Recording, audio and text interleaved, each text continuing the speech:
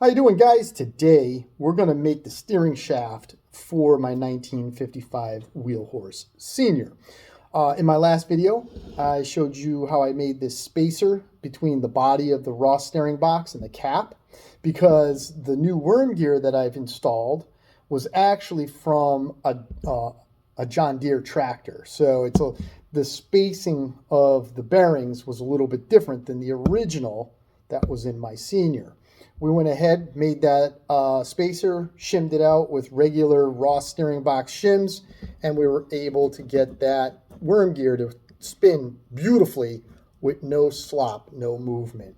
With that being said, next thing I need to do is do the measurement from the top of the cap, to the bottom of the steering wheel. Okay, the Wheel Horse Senior uses a Scheller wheel with a tapered center and keyed in by a Woodruff key.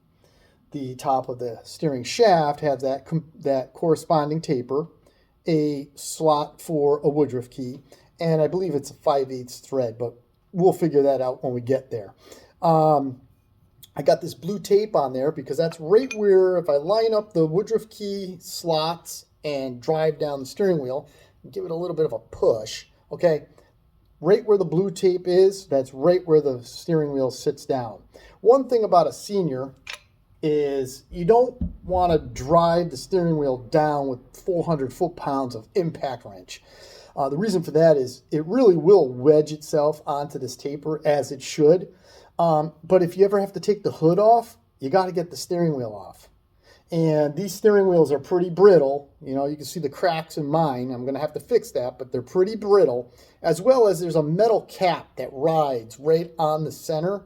So there's really nowhere to stick, like if you wanted to use like a gear puller or something like that. You end up biting and destroying the plastic if this steering wheel is really driven on. So that blue line is right where the bottom of the steering wheel will be. The measurement that I have gotten on average with most Seniors that I've measured is 23.5 inches. So it's 23.5 inches from the top of this cap to the blue mark, or the bottom of the steering wheel. So with that, I'm just going to real quick roughly put this together here. That is, come on, there we go. That's about 23.5. So 23.5 right there. Yeah, it's close enough for right this second. So if I measure from the top of the worm gear to the base of the steering shaft portion that I have to come up with 15 1/8 worth of 3/4 inch bar stock. Because what I'm going to do is I'm going to machine the worm gear to accept the 3/4 inch bar stock. I'm going to machine the end of this shaft so it's nice and straight, and I can just put a plug up the center of the thing and a plug into the 3/4 and weld it all together. In theory, it should be nice and straight. But before I go ahead and settle on that measurement between the steering box and the portion of the original steering shaft, I'm going to go outside to the shed and we're going to loosely affix everything together. I'm going to take my 23.5 measurement and make sure that that visually looks correct on the tractor.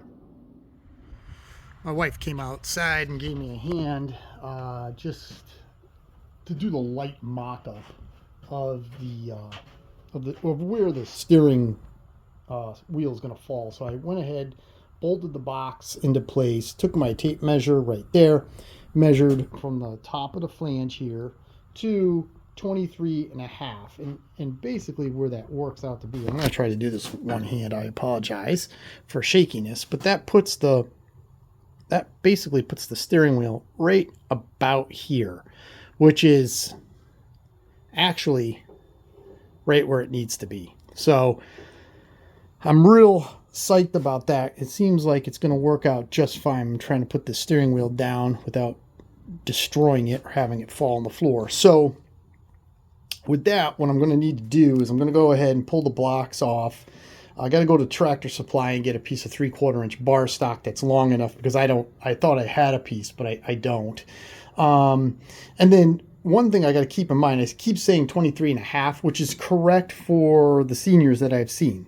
From here to the bottom steering wheel, 23.5. But I do have a 1/4 inch of spacing. So my cap's a 1/4 inch higher than, the regular seniors that are out there. So I got to go 23.25. So 23.25 from here to the bottom of the steering wheel. And that'll put my steering wheel right where it needs to be.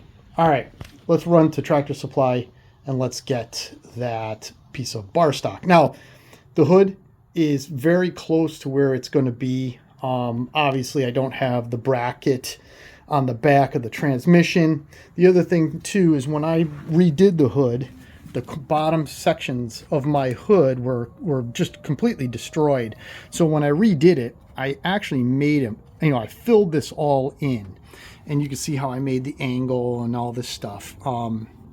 Before I put the hood on, obviously I have to have the engine, the transmission, everything in. Everything all put together. And then what I'll do is I will, because the engine bolts go right here through the blower cover. I'm going to line that all up, and then I'll trim this down so everything lines up really nice and perfect on the motor. And then the other thing I will do is once I get the hood stand on the back of the transmission, I will go ahead and then re-drill all the holes. So that thing will be 100% perfect in alignment. Also, I may have to, just nibble this out a little bit or file this a little bit so we have a nice even circle right around the steering shaft itself. So, but that's a long ways down. But just for a quick mock-up, just to see where all of this kind of goes, I just obviously threw a couple boards, a jack stand. It's fairly close to where it needs to be. It looks the part, so we're almost ready to do it. All the holes were fixed. I have a whole video series of me fixing this hood. Obviously, somebody had cut a hole here for the spark plug, so we filled that in, but I think the hood looks darn good. I really like it. And I like a couple of the other guys that I know have done this too. They just, just wet sand and buff the fiberglass. I left all the stress cracks in it. I just thought I just really like that look. All right, let's get over to Tractor Supply. Okay, all loaded up. We got the steering box, the worm gear, got just one of my tape measures, a marker, got the top portion of the steering shaft, and I got the 3/4 inch piece of bar stock. Man, Tractor Supply wanted some ridiculous price for this, and I was like, forget it. I went to the local hardware store, or one of the newer local hardware stores, dude. I think I got it for 18 bucks. I was like, all right, that's more acceptable. All right, let's get over there and let's get to working.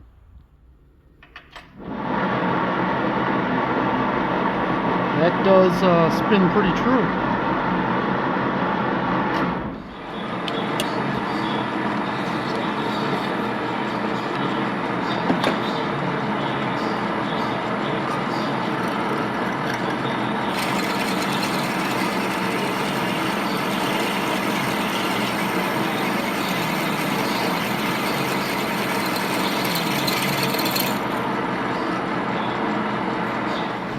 It groups in there, and here again, mark the owner as a true line. Sean doesn't keep saying she doesn't clean the house out, but I can see. We're going to jump on the highway now, the old 2-lane highway, and 26 miles down the road is no highway. And once we pull in there, I'll see if I have.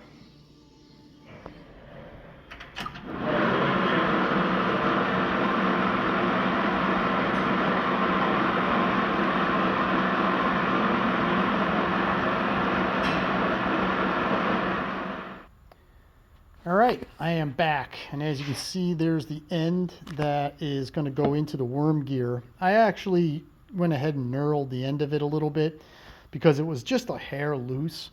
When I weld this on, I'm going to have to put it back in the lathe and pin it to this side so that way it's nice and straight, and I'll just tack weld it and then weld it in outside the lathe. But I want to make sure that it's nice and straight. I'm going to go ahead and slide this on real quick so you can see what the finished, or theoretically what the finished product is going to look like.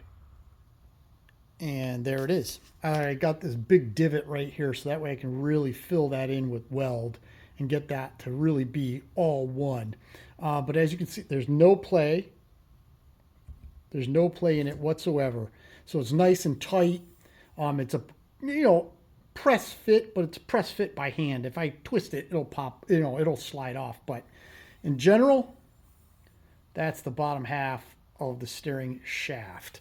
What I need to do now is I need to go ahead and put the bearings. Unfortunately, I need to put the bearings back on so I can put it back into the steering box, remeasure it, see where this shelf has to be over here. So that way I have the proper length. I'm going to be honest, that's going to be for another day.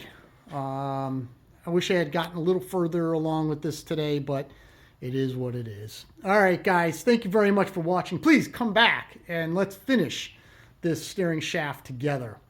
If you would, please like, share, and subscribe. Leave a comment below. And as always, until the next project, you have a great day.